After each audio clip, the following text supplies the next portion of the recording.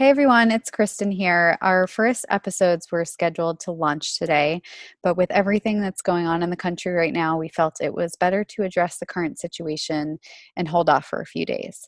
So, if you've been paying attention to the news at all, you know that the Black community is hurting immensely. More names have been turned into hashtags, and we want to take this time to honor the lives of Ahmaud Arbery, George Floyd, Breonna Taylor, Sean Reed, Nina Pop, and Tony McDade. Their lives mattered, as all Black lives do, and amidst two crises of COVID 19 and white supremacy, and as two white women, we wanted to use this platform for what's needed most today. And that's to show up for our friends in the Black community and to let you know that we hear you and we will fight for you. I know this is all really difficult to process all at once, but if you're a white person listening to this, we must commit to this work. Janine and I 100% believe that wellness is political, and doing the work of exploring ingrained racism in our own beliefs and understanding how we participate in the problem can help us do better to keep people of color safe and well. And we're going to talk a lot about self exploration on this podcast, and this is a fundamental piece to go deeper on. White women, white spiritual people, white business owners, we have a choice to do this work, and it is an immense privilege to be able to opt in or opt out. Make no mistake, staying out of politics is a choice, and it puts you on the side of the oppressor. We can choose our comfort or we can choose transformation, silence or liberation for all, complicity or revolution. Make no mistake that there is no neutral. The journey to transform, liberate, and heal is urgent and overdue. It can feel insurmountable, and that can tempt us to give into paralysis or heartbreak or disbelief. And therein lies the problem and the privilege. Silence and inaction do not breed change. They do not make our communities safer. They do not save Black lives. Choose to act, choose to reflect, choose to step up as you have in the face of any other challenge that you've encountered in your life. There has never been a cause more urgent than the fight to end white supremacy.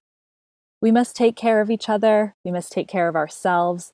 We are the most powerful tools that we have available.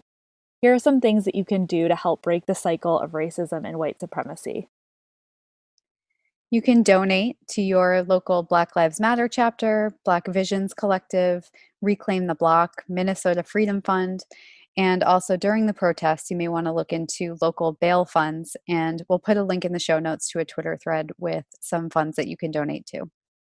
Use your voice, your platform, your privilege for good. Speak out against racism, even if it makes you uncomfortable. Amplify voices of color because they deserve to be heard, and support the Black-owned businesses in your area. You can also look into opportunities to get involved. So, sign petitions, protest, call your representatives, volunteer. Showing Up for Racial Justice is a national group with local chapters, and it's a great place to start. You can look up your local chapter at showingupforracialjustice.org. Talk openly and honestly about what you can learn about being anti-racist with your friends and family. Normalize conversations about being anti-racist. You do not need to be perfect to begin this work. We love this quote by Ijeoma Oluo. The beauty of anti-racism is that you don't have to be free of racism to be an anti-racist. Anti-racism is the commitment to fight racism wherever you find it, including in yourself, and it's the only way forward. Also, educate yourself, challenge your own perspective, and uncover blind spots by learning from academics, activists, and healers. We are so grateful for the work of Rachel Cargill, Rachel Ricketts, Layla Saad, all of whom have both free and paid content that you can support. And I want to stress that if you have the means, it's so important to pay Black creators for this labor. It's not their job to teach us how to be anti racist. This is something we need to do ourselves. And they have generously offered their time and their mental and emotional space to help out when they absolutely do not need to. So make sure you're compensating them when possible as much as you can. The only cycle that matters right now is the one we must work together to break in order to create equality, justice, and banish white supremacy.